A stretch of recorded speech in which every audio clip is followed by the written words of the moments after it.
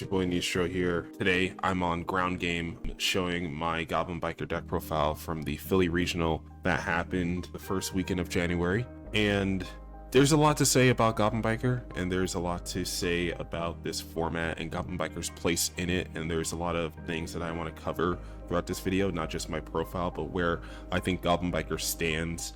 Is Goblin Biker really the best anti-Fiendsmith engine out there? I'm also going to tackle some of my matchups, how those went, and also how I could have played the deck better, what tech choices should I have played over some others, and other things like that. Isaiah Houston asked me to shed some light on what Goblin Biker does and how I was able to find some semblance of success. I was like literally one round away from potentially getting an invite. So it's not the best deck of the format, not by a mile, but it is able to kind of hold its own. As you can see, we do have the Fiendsmith engine. I am on triple engraver here, so this isn't really a cheap deck either. It's not like you can't play a budget Goblin Biker deck, but it's just so much better with Fiendsmith. Let's just start with the deck profile. So we got 2 Gone Wild, 2 Doug, 3 Entrance, 2 Breakout, 3 Engraver, Lacrima, Double Tracked, Terratop, Etelly, 1 Clatter, 1 Mean Merciless, 1 Lurie, 1 Takatomborg, 1 Fogtitude, double Zeoman, Wielder, double Droll, single Ghost Ogre. My hand trap lineup is going to be a little weird. You're going to see a lot of 1-ofs, a lot of cards that don't have to be here, but I was still playing it because my vision going into this deck, I felt like I already did well enough into Ryzeal. I just needed to worry about the Fiendsmith side of things, and I needed to worry about Malice. So that's kind of how this hand trap lineup came to be. 3 Ash, 3 Nib, 3 Imperm, 3 Droplet, triple Fluolos in main, yes, and 1 Purulia in main, which seems a little redundant, especially because I'm at 52. It's not like I didn't have triple Purulia, but I was originally planning to play 3 of them. And this was the card I think that was most cuttable this format, because I don't think this does well into anything that isn't Ryzeal. I can't think of too many decks Purulia does amazing into this format. You could argue that like Snake Eyes, they summoned at least 3 monsters from hand, so it was at least a decent card to have against Snake Eye. But now that Snake Eye is gone, it's only Ryzeal that this card's good against, and some Fiendsmith lines can even play around this card. So it's not like a be-all end-all. I think Fluolos is just the way better card of the format. It's also pretty redundant against Malice. They don't have to summon that much from hand to play their turn, and so that's why this card kind of got cut down to 1. Honestly, I could have played without it. I didn't need it the entire tournament, and all it really did was increase my deck size. So 1 Full Armament Exceed and 1 Tactics Talent. This was really great with the triple thrust that you see in the side deck, which we're going to get into how my siding patterns really helped me later. Double Gabonga, 1 Crazy Beast, 1 Desiree, Requiem, Sequence, number 75. This is to help you play through hand traps, essentially, because it can change a monster effect into both players draw a card, which is pretty funny. Exceed Armor Fortress, Dark Knight Lancer, the Exceed Armor package. This is why you play the trap card, because it's searchable off of extra deck monster, which is summonable off of just any rank 3, which means like your Gabonga or your 75 after it uses its effect can be turned into follow-up and potential interruption on your opponent's turn. So Caesar, because not only does the Fiendsmith engine supply level 6 fiends, but also our Gone Wild is also a level 6 fiend. So there are some times where we can even make the Caesar without even needing to go through the Fiendsmith engine, which is great. So we have Zeus and Typhon. Originally, I was not going to be on Typhon because I felt it was only good into Ryzeal, but then I figured, or then I was playtesting against Malice a bit, and I felt like it came up enough to where like if they banish their Link 3, the Hearts of Cryptor, I think it is, and it comes back and it has double the attack, it has to double its attack when it summoned itself off the banished pile. I could play more extenders in my extra deck, like the Unchained engine, which is if you check out my channel, TCG Nistro, you'll see how the Unchained engine can really extend, give this deck more combo lines. But I figured I wanted to, instead of worrying so much about my end board, which I feel like is pretty good anyway, this deck has a lot of 1-card combos. Don't listen to what Jesse Cotton said in his Goblin Biker video where he said this deck doesn't have good 1-card combos. That is the biggest lie that I've ever heard. It's partially because he's not playing the Exceed Armor package. This deck has amazing 1-card combos already, and I don't need to overdo it. I don't need to, have diminishing returns because I'm playing too many of them. So I figured it's like, okay, let me take out some of the extenders and put in more provisions for going second. So I decided to slap in both Typhon and Zeus in the extra deck, because originally I didn't have an issue. Like, there are so many extra deck pieces that you can potentially use in Goblin Biker that even there were some formats where I was siding extra deck pieces. I didn't mind having these guys in the side, but I figured having them in main would help me with like game ones and stuff where I'm going second. That's also the same idea for having Duelists in main. I don't want to be at a disadvantage in a game one scenario because they open broken, right? I want to be able to potentially open broken as well, and that's why I'm playing go second cards like a forbidden droplet in my list, because I think this deck has a really hard time playing without something like droplet, Duelos, or some kind of high impact hand trap like Nib or Droll on the opponent. It really helps you a lot going second, because if it hinders the opponent enough to where their board state really isn't that strong, then all you really need is one starter plus one or more extenders, and you may be able to get the game. Getting the game from a simplified game state with Goblin Biker is not that difficult. It's really just the fact that Goblin Biker does not have too much object permanence in its list or in its engine, where it's like there's really no way to keep something on your field or to like play around certain removal. Like quick effect removal is one of this deck's biggest weaknesses. Going second, like going first, there are plenty of ways you can play around quick effect removal. Going second, you really run out of options. It's like you have your breakout and your e-telly, but otherwise you're just gonna have to either outplay the opponent or just straight up stop them from playing. There's really no in between. I figured having more options for those worst case scenarios in the main deck where they're always accessible, so if I'm going second game one, it's not an issue. So that's why Typhon is here, Moon, SP, and then Necroquip Princess. Coming into the side deck, Pile Up and Grand Crisis, both of these were really solid. I guess I could have played without Grand Crisis because I didn't get shifted by Malice. The one game where I got shifted, it like wouldn't have made a difference because they went first and they had so much gas that like the shifter wouldn't have made a difference, and I wouldn't have had this sided in anyway, because you only side these two and when you know that you're going first, because these two are so fucking good. You side Grand Crisis in for shifter decks, and you side in Pile Up for anything that relies on a spell and trap card, Malice included. Ryzeal, it's not bad against Ryzeal because it plays pretty well into board breakers.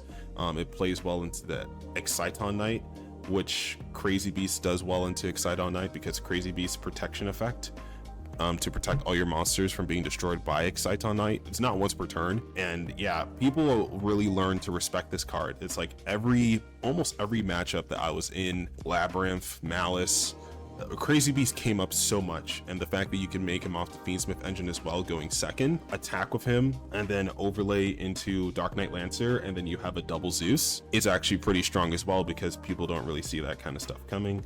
So yeah, there's a lot of utility with with some of the Goblin trap cards. Thrust played a pretty big part as well. I thrust almost like every round. It really was like one of the MVPs of the list. Thrust into talents, thrust into D-barrier. I think it was mostly just thrust into talents like so many times, and thrust into Lightning Storm maybe once. I did have Ultimate Slayer around. Even though it's not the best card into Malice, I figured like it would be better for me to like just have it as like an extra layer against something like Ryzeal in case I did need to break the board but I didn't have enough. So I can mill something like one of my goblins, so then I can use a goblin engine to just recycle the card, so to put it back to extra deck. That was kind of my theory with this. It never really happened. I could have played anything here in this slot and my results would have been the same. So D-barrier evenly matched was, I don't think I resolved evenly matched, but the fact I was resolving thrust so much going first and second means that I think evenly was a good card just to have in case I needed to break a really big board. Sanctum, same thing. I didn't resolve it, but I did want to keep it in the list because this against Malice is like, it turns the game into a non-game. They interact with you once, you just stop them from being able to even play the game. Like, I don't like if you can make even like a half decent board under a Sanctum, or if you open a Lancia, they just lose. And that's kind of why I had to commit so many slots to it. When I saw this kind of ratio, like thrust with Sanctum with Lancia, at first I thought maybe it's a little too much hate into Malice, but like I faced off against 3 Malice players in the event. So out of 10 rounds, 3 of them were Malice. So, and the fact that like I beat 2 of them was partially because I was playing Lancia.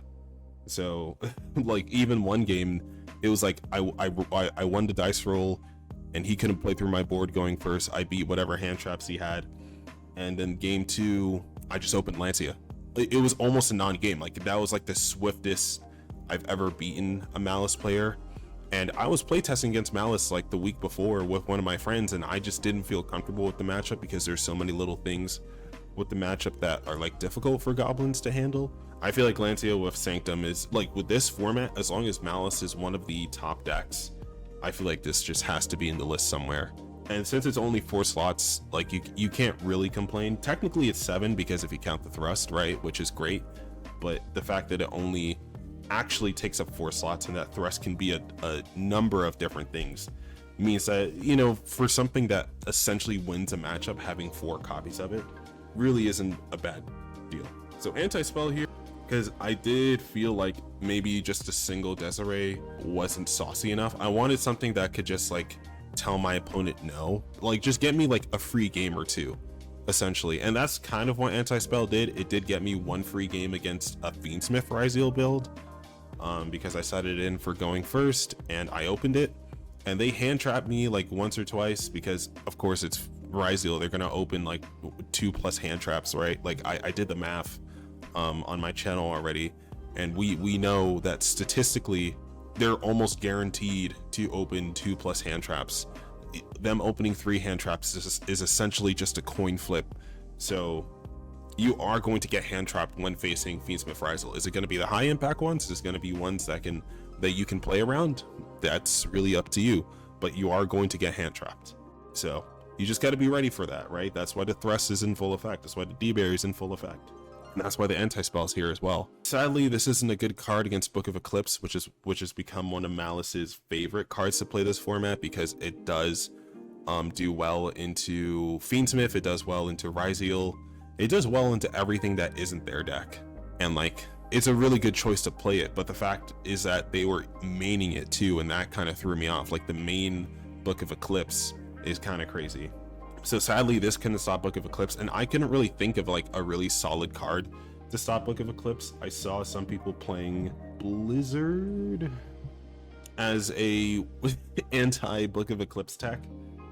I don't know. It doesn't get rid of the card. It only stops it for a turn. If it stops it on your turn, they're gonna have it for their turn. And if it stops on their turn, they're gonna have it for your turn. It's like, it doesn't get rid of the Book of Eclipse. It just pushes it back a turn, which I don't think is the best idea. And then the last card is Battlecruiser Dianthus.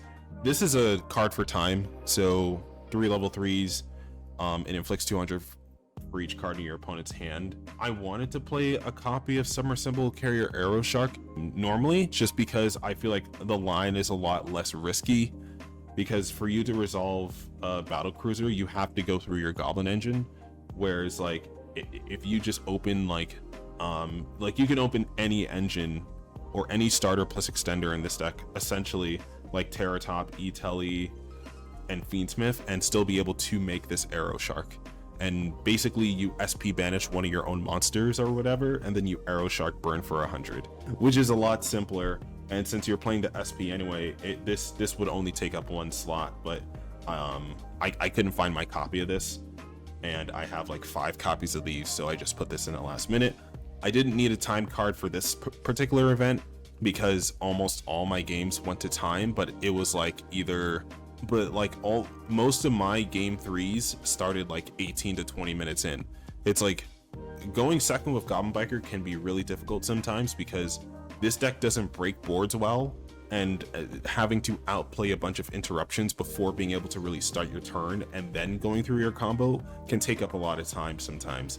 So that's why I figured having some time cards wouldn't hurt. For this particular event, they were not necessary. I could have played anything in this slot, I would have had the same result. Let's talk through my matchups, right?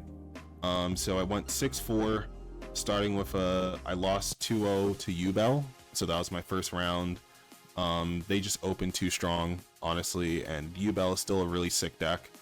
There was one turn where I had enough interruptions, but when I saw them go for Dark Beckoning Beast, I decided not to stop it because I'm like, oh, well, they only have 1 Spirit Gates, forgetting that Spirit Gates just went back up to 3 like last month. Well, that logical fallacy cost me the game because I forgot Spirit Gates went back up to 3, and then they just had too much, and they were also on Fiendsmith, so it wasn't just pure Yubel, it was Yubel Fiendsmith.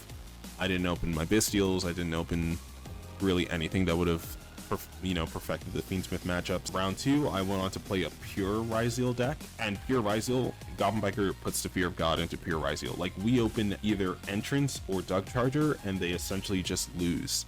Like, I think it's really hard for them to win when half our cards use up their Exceed materials on their Detonator, on their Duo Drive. If we get even 1 hand trap, they're not getting to the cross. So it can be really effective for us to hit them with a single hand trap and then open either Entrance or Dug Charger, and it's just GG's for them. If we go first, Crazy Beast uses the opponent's Exceed materials, Clatter Exploder uses the opponent's Exceed materials. So yeah, there are even ways to use some of your opponent's monsters' Exceed materials on their turn and take up some of their cards, which is just really insane. And it just makes Ryzeal really tough to play into this deck. So if pure Ryzeal was the only variant of Ryzeal that existed, if Fiendsmith Ryzeal didn't exist, I would say this would be one of the best decks into Ryzeal. Unfortunately, Fiendsmith throws a wrench in that. Very much, because Fiendsmith gives the deck so much utility, especially once you start mixing in Bestials, Chaos Angel, all this, that, and the third.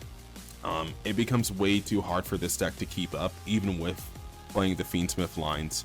Sometimes it's like, sometimes they just open way too good, they open too many resources, and then they still get access to like 2 to 3 plus hand traps on top of all their fucking engine. It's really not the same with Goblin Biker. It's like, for us to open, our engine is so large and requires so much space in our main deck that, like, the fact that we have to be at even 50 cards to even have a decent balance between engine and hand traps should probably be telling enough as to how much more this deck needs to function compared to Ryzeal. So pure Ryzeal was my first win, which felt good, right? I'm beating, you know, one of the most popular decks at the moment. And then I go into round 3 where I get 1-2'd by Malice. I had a really long game 2 where it was like a 30-minute long game 2 or so, where it was like only 2 minutes left on the clock. And yeah, game 3 I opened entirely just engine and extenders, cards that would have been good if I were going first, right? And he just does his little combo to gain 2300 life points, and that was the game. That one was won by time, is what it is. And then I go to face off against another Fiendsmith Ryzeal player, and I get the dub. It's 4 rounds in. Both of my wins so far have been Ryzeal, so I'm losing to Yubel Fiendsmith, which is still good, just not like the top of this is just not the cream of the crop. But the fact that I'm beating Ryzeal a lot easier than some of these other decks, like, yeah, like Ryzeal will be one of your better matchups just because they leave Exceed monsters on the field. Any deck that leaves Exceed monsters on the field, Goblin Biker will be better into than your average deck. But statistically, I don't think that means Goblin Biker is the best deck to beat Fiendsmith Ryzeal. I still think the best deck to beat Fiendsmith Ryzeal is Fiendsmith Ryzeal and Malice. Maybe you could argue, like, if they shift her at the right time, Ryzeal just doesn't really make a good board. They make a few interruptions at most, and if Malice can beat that like 2-3 material detonator, then that's the game, you know. There's really nothing else more to that. So Malice and I think Fiendsmith Ryzeal are the best decks to beat Fiendsmith Ryzeal. No deck, like, band for band, no deck beats Fiendsmith Ryzeal right now in terms of how much resources they can access. Snake Eyes would have been there if they still had original simple spoils, but with the loss of OSS, I don't think any deck stands up band to band with Fiendsmith Ryzeal. That's just my personal take from the format. So I beat 2 Fiendsmith Ryzeal so far. And going into round 5, I faced another Fiendsmith Ryzeal, and that one I went 1-2. And the game 3 for that one was kind of crazy because he had so much. He went first, and I believe I hit him with something, so he wasn't really able to make like a crazy board, but he still had Detonator. He had Wave High King Caesar. I don't know if he had Cross or not. I believe I negated the Duo Drive. and then he had Bestial Lubellion as well. So he opened Lubellion, searches Magnemite, and then he got access to Branded Regained. So what ended up happening was, end phase, he searched a Druid's Worm, and so I drew my hand. I don't remember exactly what I opened, but I know I opened Droplet plus a few other engine cards. So I knew that if I could, and I also opened a Tactics, the Tactics talent. So I knew that all I really had to do was just bait a single interruption, look at the hand. If there was nothing in the hand, which, I was able to bait the interaction, and then I got the Tactics to resolve. I got the single. I looked at his hand. I saw the one nib in there, and so I was able to take the nib out of the equation, put it back into the deck, right? And what ended up happening was, now I knew his entire field. I knew, I played through the Fiendsmith in Paradise. I played through the so he had no more interruptions on field, so Detonator was dead, Caesar was dead. So in theory, I should have been able to OTK him that turn, because I had a combo line that would have easily been able to inflict over, with like the full armored Exceed and some of my other engine pieces. I would have, since he let the Exceed monsters on the field, I could have went Grand Entrance, Kabanga, this, that, and the third. And so I start playing, and at some point during my turn, he goes Druid's Worm to banish something from the graveyard, summon out the Druid's Worm, right? And because he banished something from the graveyard, he was able to draw a card off of his deck, and he drew back into Nibiru, and that pretty much cost me the game. So I was not able to take the win there, even though it's like he really only got the win because he drew back into Nibiru. If it was anything else at that point, it wouldn't have mattered, but it was because he got back a Nibiru that I put back off of talents that he was able to get that game, because I spent all my resources getting rid of his interactions, and now it's like there was nothing else for me to do there. So winning that game was definitely possible, and it was just like the smallest thing that got him back the win on that one. So we did end up taking that loss, and then we went into Memento, which was my first time playing the deck at full power. I've never really seen the deck work at full power, other than watching DB Grinder showcase the deck on his channel and see how people play it there, but I've never actually interacted with the deck like IRL. And it's like half the combos, it's like Memento is kind of like Goblin Biker, where they don't have object permanence. If a certain card doesn't stay on the field, then they can't continue after a certain point. So hitting them with the right interruption at the right time, even though the deck has a lot of gas, does stop them for enough for you to be able to turn the game around. And there was one game where I really thought I thought I ran out of interruptions, and he was able to make the combined creation plus the 3k fusion, which is 8,000 total damage, and because of the Sleepy or whatever, he was able to attack directly.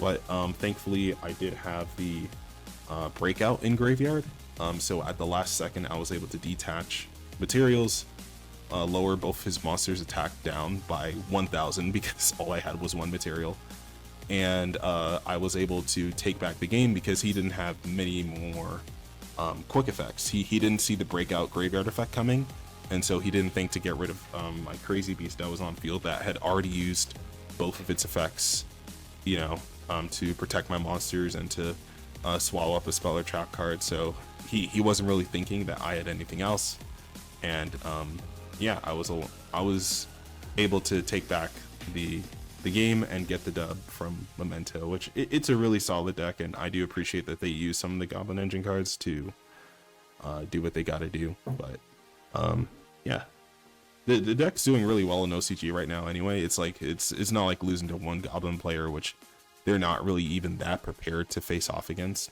is going to really affect how the deck does. It's like once you take like Ryzeal out of the equation, I think Memento can, if Ryzeal gets taken out of the equation here in TCG, I think Memento can have a place as a potential meta contender in the top tables.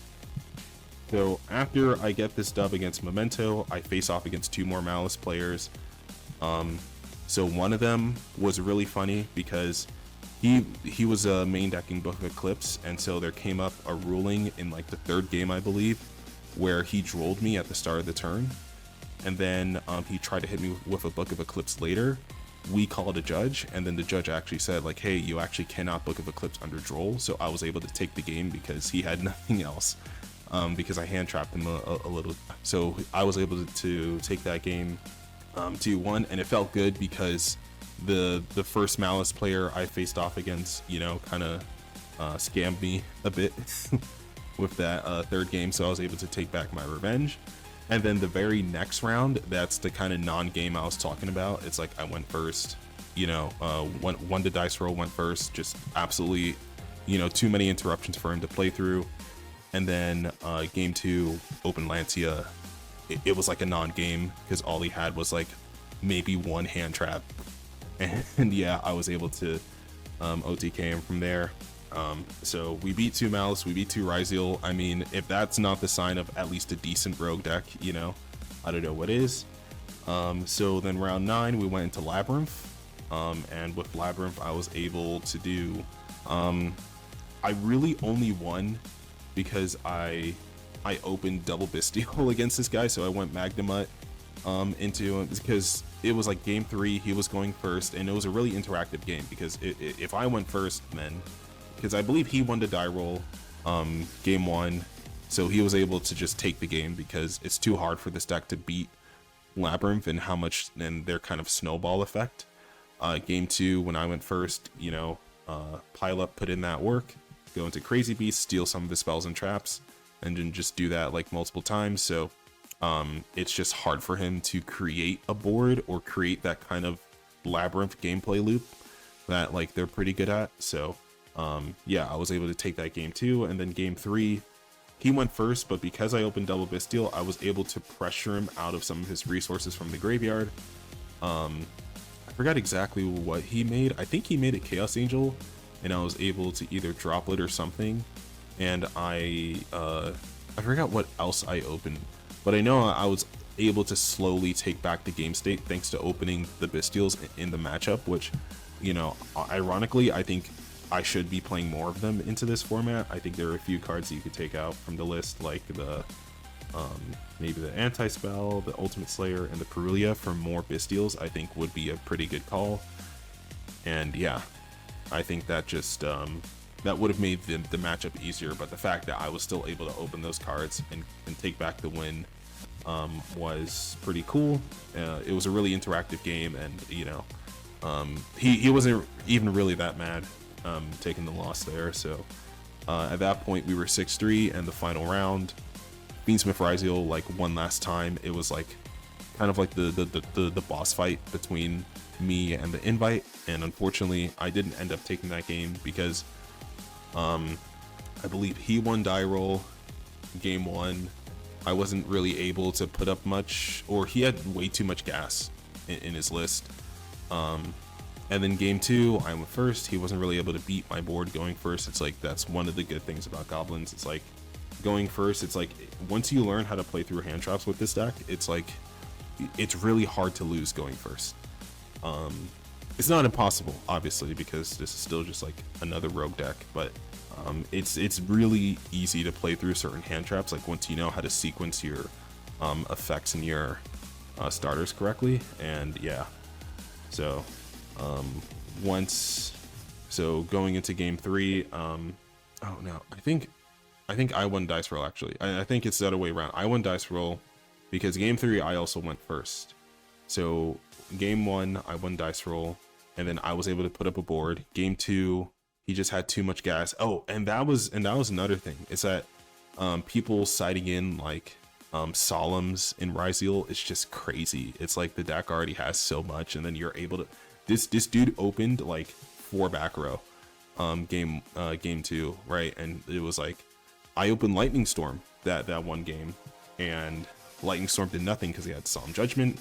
I tried to play, he had Solemn Strike, so he Solemn Struck my Gabanga, and then I had no more.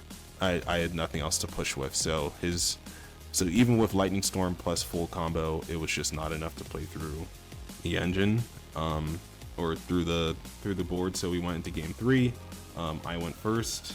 he hit me with a hand trap that was like a little too hard, and I had to hit him with the thrust into D barrier, and I didn't really have too much engine. I only opened one starter plus a Bestial, so I was able to hold back the Fiendsmith line for a bit, and then I was able to hit him with like a Nibiru at a certain point, and then I was able to de-barrier him right before he would have went into a Ryzel Exceed monster.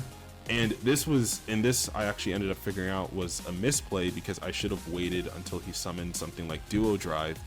Even though he knew that I had the D barrier, I should have let him play into it, because after that point it came back to my turn, and it turned out that time was actually running out. When game 3 started, it was like 18 minutes on the clock, but because I don't know, somehow time ran out really quickly, so we were like getting close to the end of the round. And so if I would have been able to or if I would have let him summon any Exceed monster, I don't care what it is, and then de-barriered him, I would have been able to get that game, because I would have been able to inflict enough damage to win in time. Because essentially, after I nibbed him, I would have went because I nibbed him when I had a Druid Swarm on the field, so the token went, so I was able to get rid of the token, and then he went X'd into Sword, I believe, and once he had both those on the field, then I activated the D barrier, because I didn't want him summoning anything else. And so when it came back to my turn, all I had was Nibiru, which I was going to turn into a Typhon.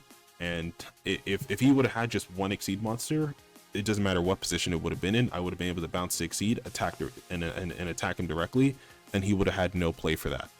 But unfortunately, I left 2 level 4 monsters on his field instead of letting him go into that first Exceed monster, and so I wasn't. And if I would have bounced one and then attacked into one, it would have been redundant, because why would I bounce either a Sword or an X'd? Because he would just be able to keep going off, keep comboing off with those cards. So it was really just like a catch-22 for me.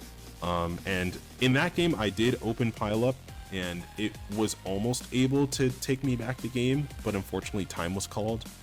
And if the game would have went longer, like we saw each other's hand and all this and that, if the game would have been able to go on longer, I would have gotten the game, because he ran out of gas really quickly. He also wasn't the best pilot with the deck, and so he was making like a lot of mistakes, and if the game would have went on, I would have been able to take back the game. I looked at my top deck, I would have opened another Gone Wild when he would have had no more interruptions for me, and I would have been able to attack into, or just be able to rebuild the Goblin board and then just go for game from there. So unfortunate, it kind of is what it is. So 2 of my losses against Malice and Ryzel were not due to engine or being outplayed, it was more just due to time than anything. So in theory, I could have gone 8-2 with my exact same matchup, and it's not like I faced 3 Malice and 4 Ryzel throughout the entire event, and I still went 6-4. It's like I beat Malice and Ryzel more than I beat and my losses were mostly like just to things that were kind of just nonsense. It's like I think the only player that I think really outplayed me was that YuGiOh player at first, but and that Fiendsmith Ryzel player, it's like drawing the nib after I put it back with talents is like kind of crazy. And then the Malice player was really only able to get that win because he had the shifter in time. And it's like, I'm not trying to call Johns, I'm just saying it's like the Goblin engine is really capable. It's just sometimes, that's just the nature of the game. It kind of just is what it is. But is it the best engine into Fiendsmith Ryzel? Is it the best engine to Ryzel? Yes. Is it the best engine into Fiendsmith Ryzel? No. The best engine into Fiendsmith Ryzel is Fiendsmith Ryzel, because statistically that's the deck that's still topping the most. So statistically it beats Fiendsmith Ryzel the most. So yeah, I have a lot of guides as to how to play Goblin Biker on my channel. There are, like, as I said, the Unchained engine I'm not playing here. Another thing that I think I should have been playing other than Bestials, because I knew that like going into the event, I knew I would be running into a lot of Fiendsmith, and everyone was playing Fiendsmith in Paradise but me. And even Jesse Cotton wasn't playing Paradise in his Goblin Biker list. I think that's wrong. I think that's incorrect. It's free pressure. More often than not, you go into the Exceed rather than into the Fusion for obvious reasons, because your deck loves using Exceed materials. You're always going to go into the Exceed play, and so more often than not, you're going to have Lacrima plus Requiem in your graveyard just sitting there. I can't tell you how many games, I don't want to say that I misplayed, but like I could have played better because I just forgot Requiem and Lacrima were in my graveyard, because I can't use them as an interruption. I can't use them as a way to stop the opponent, so I just didn't bother with using them to potentially get me more resources during the opponent's turn. I mean, there was some times where I was able to do the double Requiem in a single turn thanks to Lacrima, and thanks to Triff Gaming, I was able to learn that, you know, Requiem summon from deck is not a hard once per turn, so it's only, you can summon it once per turn, but if you summon it back during the opponent's turn and then just have it on field already during your, you know, once you get to your main phase, then you tribute, summon one, shuffle it back, link, tribute, summon another, then you have 2 level 6s. So it's pretty cool. It's just, you know, if you forget to activate something in a regional, it's like, yeah, you know, it's kind of like tough luck. And I can't tell you how many of these YuGiOh players I had to remind them that like Magnum had searched them on the end phase. I know it's like it's a mandatory effect, so I didn't want to like kind of cheese the opponent or whatever. It's like it's something that I have to remind them like had to happen, and so they were able to get free interruptions. It's like even they didn't remember, you know. And it's like sometimes it didn't even matter. I was still able to get the game, or you know, whatever. But yeah, as I was saying earlier, so just to recap all my points, this is not the best deck to beat Fiendsmith YuGiOh. I don't believe this deck has, maybe if you can find a budget variant that like you think is fun, because if you're playing the Fiendsmith variant of this deck, even though the Fiendsmith variant is stronger than the budget variants, with how much you have to pay for between the engravers and the Mulcharmies alone, you're pretty much just paying for a pure YuGiOh deck or like a Malice deck. Like it's basically the same cost with like a weaker engine. So unless you really love Goblin Biker, I would not suggest playing this variant. I would suggest messing around with a more budget variant, just to see how you like it. And then if you really like it, then you can invest into Fiendsmith, or if you already have Fiendsmith, then I say you can start with Fiendsmith. But so I don't believe Goblin Biker is a real budget deck, but I feel like it can work as a budget deck. But I don't think it's not like saying, it's not like something like Tenpai or like Flandres, where even though when Tenpai first came out, even though there were non-budget options like Trident Dragon, they weren't necessary because you were still able to take games with those. I don't think that's the case with Goblin Biker. Not in this format, not with like how strong Fiendsmith YuGiOh is. And you should add in, so you can take out the Perulia, you can take out Ultimate Slayer, you can take out the Battle Cruiser, and then you can put in like either more Bestials, or you can just, you know, cut your deck size down a bit. Sanctum is a stay. I think Thrust is way too good. Lancia is just too strong. I didn't really have much problem with the extra deck. Personally, I don't think there's anything I was missing. So, I mean, assuming that you know how to use the extra deck to its full advantage. I think Double Tracked is good, being able to put back Lurie and then go into the Fiendsmith line again. In a lot of Goblin lists, they're only playing this at 1 because maybe they don't have Triple Engraver, but if you have Triple Engraver, that allows you to get more utility out of the Goblin engine. So I definitely think Double Tracked is the way to go. Crisis is definitely a good call for Shifter. Pile-Up's a good call for just going first. It's too much utility not to play it. FAX, too much utility not to play it. You learn how to sequence this card, and you're almost never going to lose going first if you have this setup and you have like 1 or 2 Exceed monsters.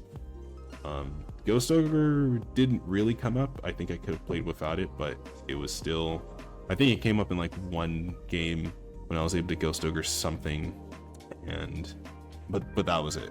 It wasn't like really like impactful. Like it could have been anything else. Droll is really good. Maybe you can put him up to 3 for the upcoming format. I think the high impact hand traps really work. Maybe take out Perulia. It also is, and I have to preach this because of how prevalent Molcharmies are. It is a way to beat Molcharmies. So if your deck can play through Droll, then you don't need to worry about Molcharmies as often. As you can see, I even took out Called by the Grave, which is something like, because I've gotten so used to playing around hand traps, it's like opening Called by the Grave in a good scenario. It's like, if I can play around the hand trap anyway, I don't need the Called by the Grave. And if I open it going second, like if I lose die roll game 1, I open it going second and it doesn't do anything, even if half the decks are playing Fiendsmith, it's like, I kind of didn't miss it. Like I kind of played without it. I didn't miss it. I think Bastiles are just better if you're trying to beat Fiendsmith with it, especially because like if you try to banish Engraver with Called by, then you're also hurting yourself there, because then you can't use your own Engravers and you can't use your own Lacrima or whatever. You can't use your own Desiree or whatever, right? So I don't think it's the best call for this deck, because there may be too many conflicts with certain things that you may want to use against your opponent. Love the Punk Engine. Wielder put in work. It did come up. And even siding patterns, you do side out the Punk Engine going second. You just keep in 1 E-Telly and 1 Wielder, and then you put in like all your thrust and some of your breakers like evenly in Lightning Storm, and I think sometimes like that's enough. But there were times where I did miss the 1 card, like E-Telly becoming a 1 card starter with Siam and going second, but it wasn't like the end of the world that I didn't have it. So yeah, I think that's where we are with Goblin Biker. I mean, the deck becomes stronger post Supreme Darkness. We get a new line that makes Engraver a 1 card starter without the need of Unchained, and we get a new rank 6 that we can summon off of Pile Up, which we have certain combos where we can have the ability to swallow 2-3 cards if we sequence it right, and just as a quick effect. And it's just great because the effect of the new Exceed is that it swallows any cards up to the number of Goblin Exceeds. So it's even better than Crazy Beast in some situations. But Crazy Beast is still a better like protection card because it protects your field from being wiped, and it can bring itself back from the graveyard. The new one can't bring itself back. The new one just swallows and that's it. So there's still like, this deck still isn't really at full power yet, and that's another thing. And there's still a new Goblin monster that we, in some of the artworks for some of the cards that came out of Rhoda, this little mole guy right here, we still haven't gotten him yet. So once he gets revealed, then this deck I feel like will be at the end of its support, but we don't know when that card's getting revealed. We don't know if it's going to be in Alliance Insight or if it's ever going to come out at all, but you know, one can have hope. And yeah, so it's a capable deck if you want to play this deck on a budget. I feel like there are ways to go about it, and it's a fun deck to play into Ryzeal because you do put the fear of God into certain Ryzeal players, because they're like, fuck, it's a one deck that I have to read all the cards, I don't know what they do, this, that, and the third. You can catch them making mistakes, and you could surprise factor them with card effects that they have no idea how they work. So if you want to try out something different, something a little more unique, then I would say give this deck a chance, but you know, don't play it expecting too many results. So that's been my analysis of this archetype so far, and that's game. GG. Stand your ground.